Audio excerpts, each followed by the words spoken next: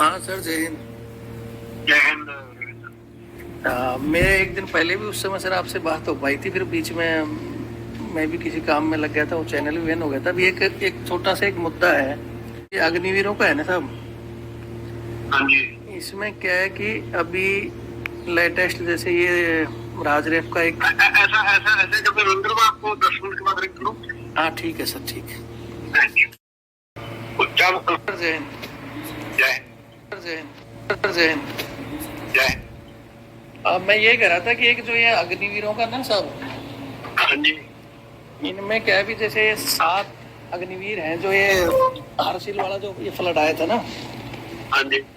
इसमें 7 अग्निवीर भी शामिल थे। 10-11 थे अपने सैनिक, जिसमें 7 अग्निवीर भी हैं। करेक्ट। तो एक तो उनकी अभी तक वो बॉडी मिली नहीं कुछ लोगों की। तो हाँ हाँ। ये 5 तारीख का हादसा है और अब आज लगभग 20-22 दिन हो गए। हाँ। तो अब उनके परिवारों को एक तो ये टेंशन है कि कब तो वो बॉडी मिलेगी।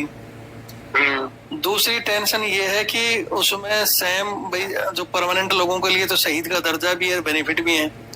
अब इनके परिवारों को बेनिफिट भी मिलेगा कि नहीं मिलेगा, वो उस चिंता में और ज्यादा वो दुखी हैं। बिल्कुल ठीक है। तो लाइव में आप समय निकालोगे तो मेरे को हाँ, मैं पहले बताता हूँ, जो करना करो मैं आपके साथ। ठीक है साहब। और ये होना चाहिए, बहुत नकम्मी स्कीम है, तो यही कैंसिल होनी चाहिए। ये बिल्कुल। स्कीम ही ठीक नहीं है, इससे अपना नेशनल डिफेंस वीक होगा। बिल्कुल बिल्कुल बिल्कुल सर।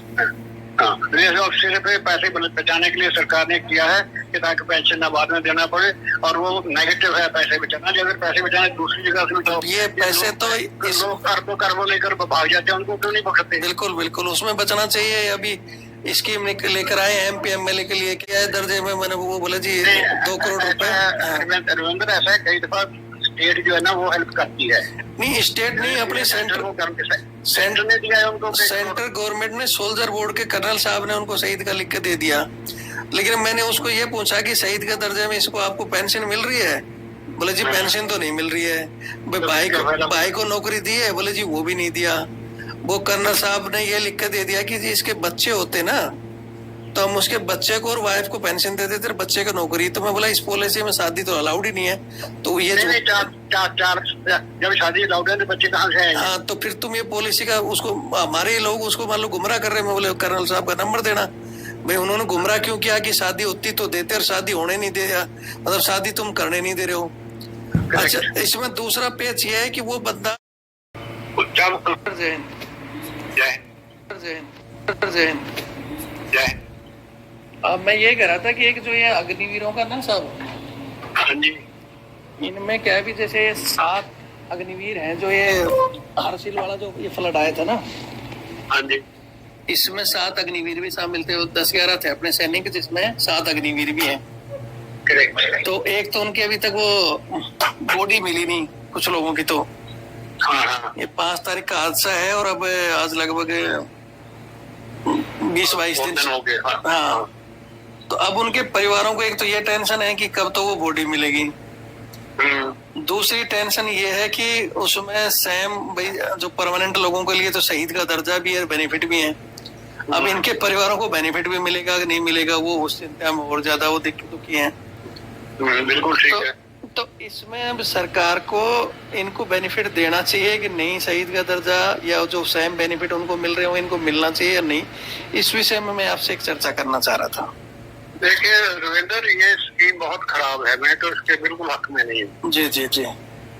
पहली बात तो शहीद के दर्जे की हम बाद में आएंगे। आप छोटे बच्चे को ले लेते हो 4 साल के लिए, वो आ जाता है आपके पास। जी जी। उसके बाद जब उसका एजुकेशन लेने का टाइम होता है वो आपके पास है। जी जी। उसके बाद वो बाहर जाएगा जी। और वो कहते हैं कि फलानी रिजर्वेशन फलाने में इसको कहीं जॉब नहीं मिलेगी। बिल्कुल बिल्कुल। क्योंकि जितनी रिजर्वेशन पहले भी उन्होंने किया हुआ है कि हम फौजियों को कितने % रिजर्वेशन है, पुलिस में फलाने कहीं नहीं मिलती, बहुत कम मिलती है। जी जी। तो इस स्कीम का बहुत ज्यादा बुरा नुकसान पहले तो ये होगा कि आदमी जाएगा, बोलेगा 4 साल के बाद मेरा क्या बनेगा। बिल्कुल बिल्कुल सर।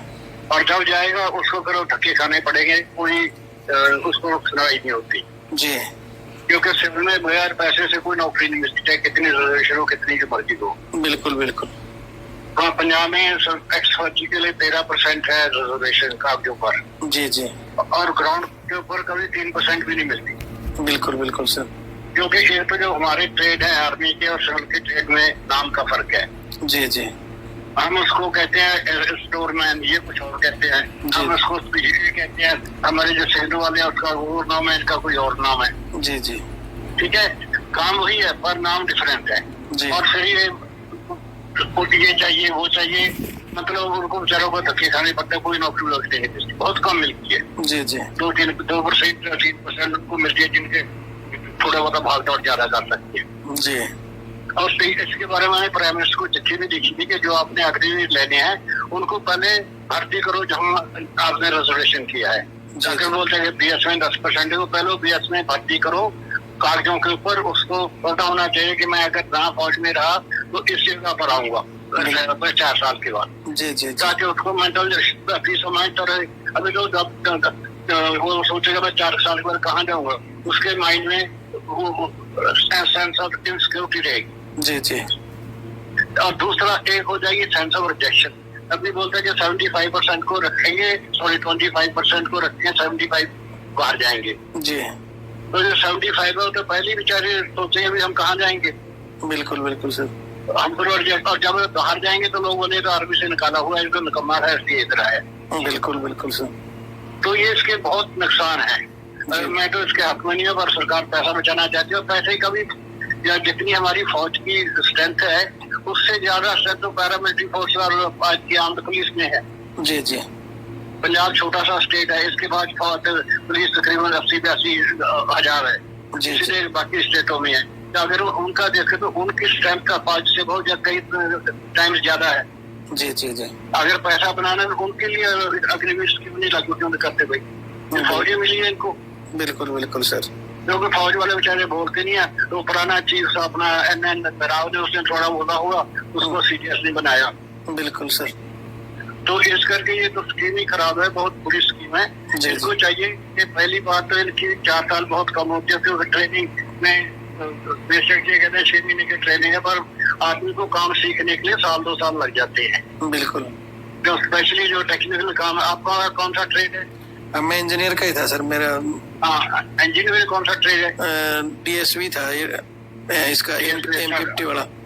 हाँ, तो आपको पता है कि जो टेक्निकल ट्रेड है या जो भी ट्रेड है, इन्फेंट्री में भी आपको अच्छा फौजी बनने के लिए, अच्छा सिपाही बनने के लिए कई साल लग जाते हैं। बिल्कुल सर बिल्कुल। पहली तो इनकी ट्रेनिंग छोटी है, 6 महीने की ट्रेनिंग है सिर्फ। जी। आम फौजियों की 1 साल की है। जी जी। तो काम इनसे वही मांगेंगे कि वही काम होना चाहिए, ट्रेनिंग उनकी है नहीं। और उसके बाद इनको 4 साल के बाद निकालते अपने 75% को कहाँ जाएंगे। तो इस स्कीम को चेंज करना पड़ेगा। पहले तो इनकी जो रीइम्प्लीमेंट गारंटीड होनी चाहिए बाई लॉ, नॉट जवानी। जी जी जी। बाई लॉ गारंटीड होनी चाहिए। उसके ऊपर लेजिस्लेशन है, कानून बनेगी। जब से इनको जॉब नहीं मिलती, इनको लास्ट डे ड्रान मिलते रहेंगे। जी जी।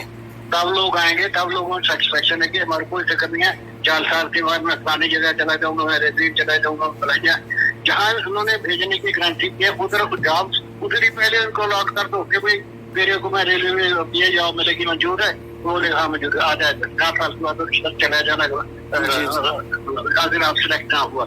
जी जी। अच्छा, दूसरे बात इनको बोलते जो बच्चे हैं 24% के, वो भी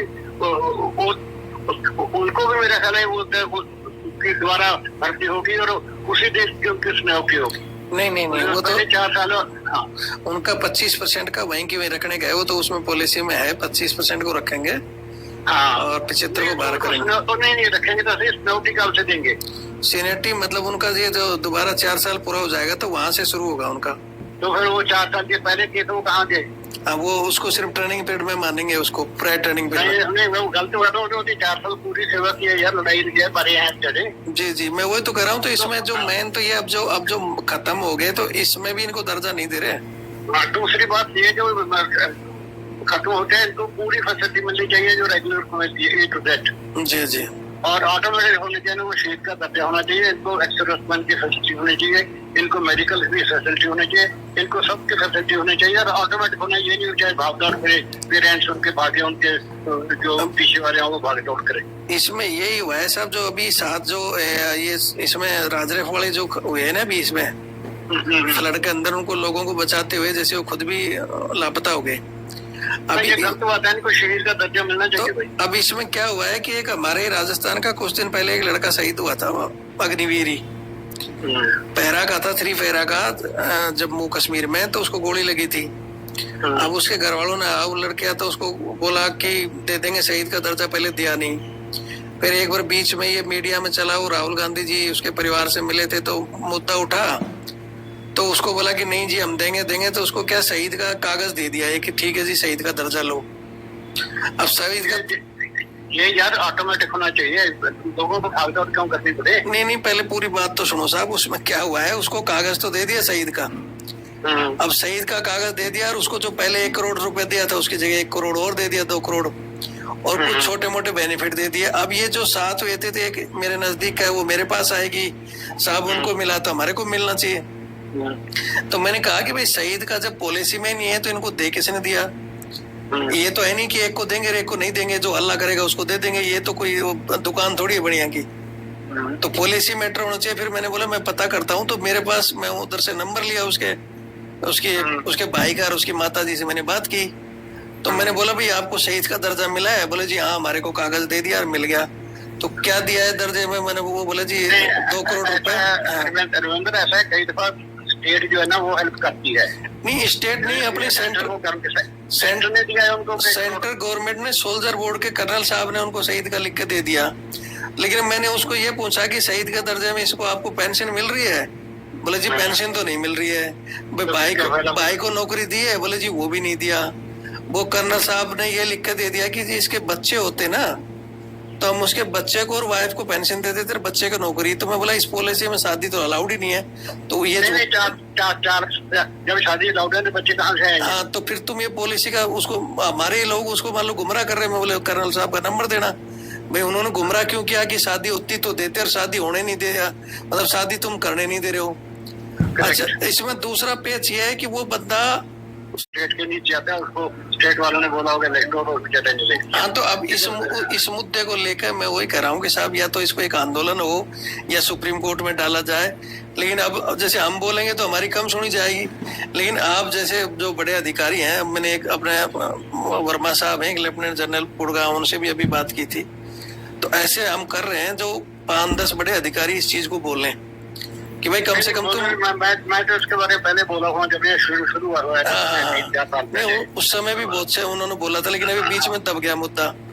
हाँ तो जब मुद्दा उठेगा तो बोलेंगे भी ऐसे वो कौन सुनेगा यार। हाँ तो वही कह रहे हैं कि इन 7 को लेकर मैं इनके परिवारों से संपर्क करके कि इनको ले जाके बैठाते हैं दिल्ली। हाँ कुछ करो इनका तो पक्का मुद्दा होना चाहिए। हाँ तो उसी सिलसिले में बात बड़ी सिंपल है, जो आदमी तो शहीद हो गया तो उसमें और दूसरे क्या फर्क है? हाँ। अभी एक तरफ तो एक शहीद हो रहा है जो परमानेंट वाला था, वो शादी नहीं कर रहा, तो उसके आप माता पिता को पेंशन दे रहे हो। हाँ। और उसके भाई को इनको बोल रहे हो शहीद को दर्जा तुम्हें भी दे दिया, लेकिन तुम्हारे हम वाइफ होती तो देती, वाइफ तुम शादी करने ही नहीं दे रहे हो। तो फिर उसका मतलब क्या है? इसके लिए एजुकेशन होना चाहिए। मैं आपके साथ हूँ। जी तो मैं एक दिन एक वो चलाऊंगा, अगर उसमें लाइव में आप समय निकालोगे तो मेरे को हाँ मैं पहले बताता हूँ, जो करना करो मैं आपके साथ। ठीक है साहब। और ये होना चाहिए, बहुत नकम्मी स्कीम है तो यही कैंसिल होनी चाहिए। बिल्कुल स्कीम ही ठीक नहीं है, इससे अपना नेशनल डिफेंस वीक होगा। बिल्कुल सर। हाँ सिर्फ पैसे बचाने के लिए सरकार ने किया है कि ताकि पेंशन ना बाद में देना पड़े, और वो नेगेटिव है पैसे बचाना। अगर पैसे बचाने दूसरी जगह से तो ये पैसे तो खरबों लेकर भाग जाते हैं, उनको क्यों नहीं पकड़ते? बिल्कुल उसमें बचना चाहिए। अभी स्कीम लेकर आए हैं MP MLA के लिए कि बंगला बना रहे हैं, वहाँ उनको मोबाइल फोन दे रहे हैं, उनको पेंशन दे रहे हैं, उनको 40 बाद उन्होंने गार्ड पर रखे। उसमें सिक्योरिटी कम करो ना, वहाँ से पैसा बचाओ ना, बचाना है तो। यही तो गलत स्कीम है। जी तो कर रहे हैं सब। इसके एक आंदोलन की भी तैयारी कोर्ट की भी। मैं आपके साथ हूँ। ठीक है सर। हाँ पर मैं 82 ईयर का हो गया हूँ तो मेरे से ज्यादा कुछ होगा नहीं। आप तो